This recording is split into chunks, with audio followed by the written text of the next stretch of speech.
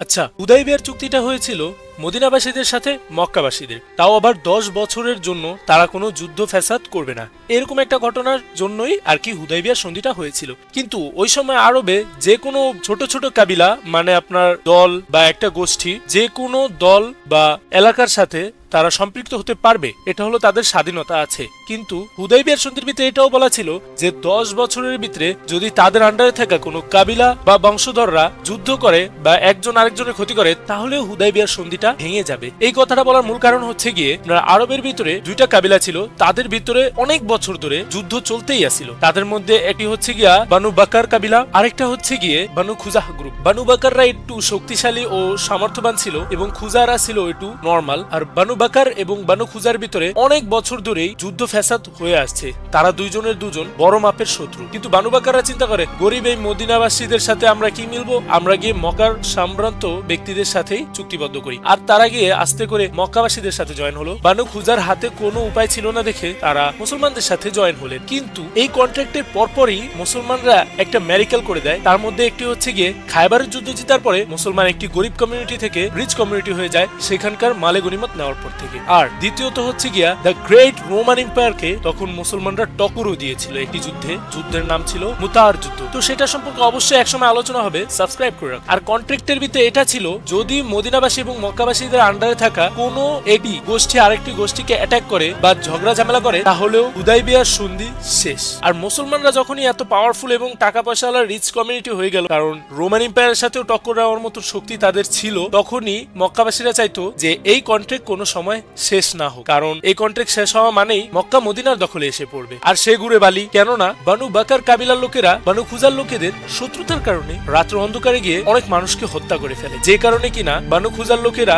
মদিনাবাসীদের কাছে সাহায্য চাইলেন যে তারা আমাদের সাথে এরকম অন্যায় কাজটি করেছে। তখনই তাদের এ নিয়ে বিচার হবে, সেটা একটি আশ্বাস পায় মদিনা থেকে। আর এই কথা শুনে মক্কাবাসীরা পুরোপুরিভাবে ভয় পেয়ে যায়, আর তারা আবু সুফিয়ানকে মদিনা পাঠায়। আবু সুফিয়ান তো মদিনায় আসলো, মদিনায় এসে তার মেয়ে এবং নবীর স্ত্রী উম্মে হাবিবার ঘরে এসে পৌঁছায়, যে কিনা তার বাপদাদার ধর্ম তাদের বিরুদ্ধে গিয়ে ত্যাগ করে এবং কি রাসূল করিম সাল্লাল্লাহু আলাইহি সাল্লামের কাছে এসে মুসলমান ধর্ম গ্রহণ করে। আরেকটি কথা হচ্ছে গিয়ে, আবু সুফিয়ান যখনই ঘরের দিকে দাখিল হচ্ছিল তখনই সে তার সামনে থেকে কার্পেটটি সরিয়ে দেয়, মানে উম্মে হাবিবা আবু সুফিয়ানের সামনে থেকে কার্পেটটি সরিয়ে দেয়। আর আবু সুফিয়ান বলে, আমি কাহিনীটা বুঝলাম না, আমি কি এই কার্পেটের যোগ্য না, নাকি কার্পেটটি আমার যোগ্য না? তখনই উম্মে হাবিবা বলে, এই কার্পেটে রাসূলুল্লাহ সাল্লাল্লাহু আলাইহি সাল্লাম সবসময় এসে বসে, তো আপনি হলেন গিয়ে একজন নাপাক মুশরিক। এটা শুনে তো আবু সুফিয়ান পুরোই খেপে যায়। খেপে গিয়ে সে রাসূল করিম সাল্লাল্লাহু আলাইহি সাল্লামের কাছে বাইরে চলে যায়। রাসূল করিম সাল্লাল্লাহু আলাইহি সাল্লামকে গিয়ে সে বুঝায়, দেখেন আমরা তো আর এই হুদাইবিয়ার সন্ধিটা ভাঙতে চাই নাই, তো আপনারা এটার বিরুদ্ধে কোনো প্রকার অ্যাকশন নেন না। কিন্তু রাসূল করিম সাল্লাল্লাহু আলাইহি সাল্লাম তার কথায় ডাইরেক্ট ডিনাই করে দেয়। তাই সে রাসূল করিম সাল্লাল্লাহু আলাইহি সাল্লামের কাছে কোনো সাহায্য না পেয়ে সে আবু বকর রাদিয়াল্লাহু তাআলা আনহু, ওমর, ওসমান এবং কি হযরত আলী রাদিয়াল্লাহু তাআলা আনহুর কাছেও পর্যন্ত যায়, গিয়ে তাদেরকে বোঝানোর চেষ্টা করে, কিন্তু কেউ তার কোনো প্রকারের কথা শোনে না। সে তাড়াতাড়ি করে আবার মক্কায় চলে যায়। কি করবে, ওই জায়গায় গিয়ে তো আর কাজ হয় নাই। এখন রাসূল করিম সাল্লাল্লাহু আলাইহি সাল্লাম যুদ্ধের জন্য প্রচুর সাইলেন্টলি রেডি হচ্ছিল, মানে কি সে মক্কায় অ্যাটাক করতে যাবে। কিন্তু এতটাই সাইলেন্টলি রেডি হচ্ছিল যে মদিনায় থাকা মানুষরাও প্রথমে বুঝতে পারে নাই যে এখানে কি হইতেছে। কথা হচ্ছে গিয়ে তখনই মক্কাওয়ালা বা পুরো আরব কান্ট্রিকে আর কি আপনার কনফিউশন করার জন্য একদল লোক সে রোমান এম্পায়ারের দিকে পাঠায়, যাতে আরবের মানুষরা বুঝতে পারে যে না, রোমান এম্পায়ারের সাথে ক্যাসাল হবে, মক্কাকে কোনো ধরাও হবে না, ছোঁয়াও হবে না। এই আর কি তাদের মাথায় একটি চিন্তা ঢুকায়। আগে রাসূল করিম সাল্লাল্লাহু আলাইহি সাল্লাম এতটাই ইন্টেলিজেন্ট লোক যে কিনা মক্কার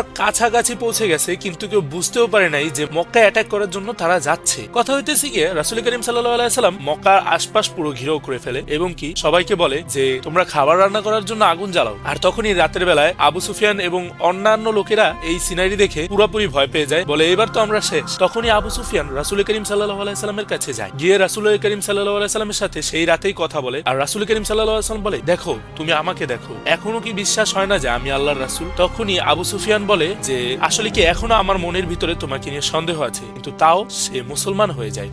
কিন্তু আবু সুফিয়ান যখনই ধর্মগ্রহণ করলো, ধর্মগ্রহণ পরে নবী বলে যে আবু সুফিয়ান, কালকে তুমি উঁচু একটা স্থানে দাঁড়াবে যাতে দেখতে পারো যে কিভাবে আমি মক্কাকে বিজয় করছি। পরদিন সকালবেলা রাসূল করিম সাল্লাল্লাহু আলাইহি সাল্লাম তার সৈন্যবহর নিয়ে মক্কার দিকে রওনা হয়। একটি মজার কথা হচ্ছে গিয়ে, আজ থেকে প্রায় 8 বছর আগে মাত্র একজন মুসলমানকে নিয়ে সে এই মক্কা থেকে বের হচ্ছিল, কিন্তু আজকে সে 10,000 মুসলমানকে নিয়ে এই মক্কায় দাখিল হচ্ছে মক্কা বিজয়ের জন্য। খালিদ বিন ওয়ালিদ রাদিয়াল্লাহু তাআলা আনহু সাউথ এবং জুবায়ের বিন আওয়াম রাদিয়াল্লাহু তাআলা আনহু লেফট সাইড থেকে মক্কার দিকে প্রবেশ করছিল মক্কা বিজয়ের জন্য। এবং কি রাসূল করিম সাল্লাল্লাহু আলাইহি সাল্লামকে সবাইকে ক্লিয়ার কাট অর্ডার দিয়ে দেয় যে কারো প্রতি কোনো জুলুম করবে না, কারো উপরে অ্যাটাক করবে না যদি কেউ তোমার উপরে অ্যাটাক না করে। তো কথা হচ্ছে গিয়ে তারপরেও মক্কার কিছু মানুষেরা বিরোধিতা করছিল, কিন্তু খালিদ বিন ওয়ালিদ রাদিয়াল্লাহু তাআলা আনহু গিয়ে কথা হচ্ছে গিয়ে সেই সিনারি তো দেখে মক্কার সকল লোকেরা চুপসে গেছে।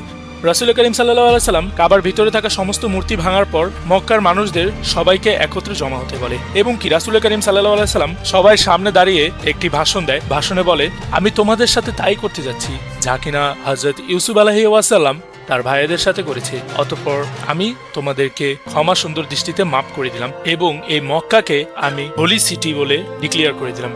কিন্তু রাসূল করিম সাল্লাল্লাহু আলাইহি সাল্লাম যে মক্কাকে হোলি সিটি বলল, যেখানে কিনা খানায় কাবা আছে, সেই মক্কায় একজন মুসলমান ব্যক্তি কিছু বছর পর, যার নাম কিনা হাজ্জাজ বিন ইউসুফ, সে ক্যাটাপুল এবং র্যাম্প দিয়ে অ্যাটাক করে। তো সেটা নিয়েও এক সময় কথা হবে, তো সাবস্ক্রাইব করে রাখুন। তো কথা হচ্ছে গিয়ে রাসূল করিম সাল্লাল্লাহু আলাইহি সাল্লাম এমন উদার মানুষ যে কিনা মক্কার এত মানুষের অত্যাচার, এত বেশি পরিমাণে তার উপরে অবিচার করা হয়েছে, তারপরেও রাসূল করিম সাল্লাল্লাহু আলাইহি সাল্লামকে সবাইকে মাফ করে দেয় এবং সবাই রাসূল করিম সাল্লাল্লাহু আলাইহি সাল্লামের এই উদারতা দেখে তাকে আসল নবী হিসেবে মেনে নেয় এবং সবাই মুসলমান ধর্ম গ্রহণ করে।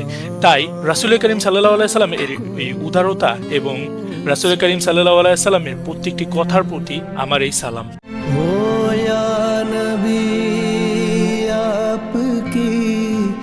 चांद से ठंडक को सलाम।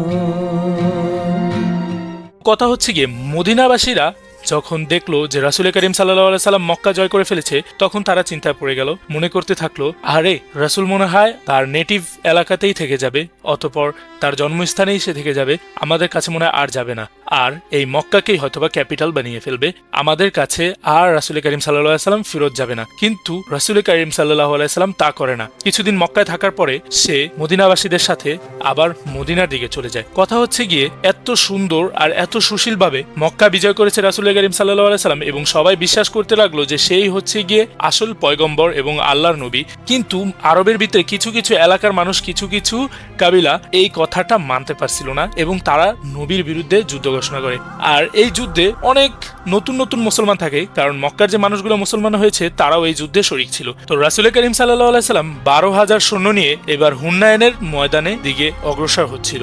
সকল নতুন নতুন মুসলমানরা মনে করেছিল এটা তো আরামসে জিতে যাবে, এই যুদ্ধ কোনো ব্যাপারই না, কিন্তু এটি হচ্ছে মুসলমানদের জন্য ভয়াবহ এবং রক্তক্ষয়ী যুদ্ধের মধ্যে একটি।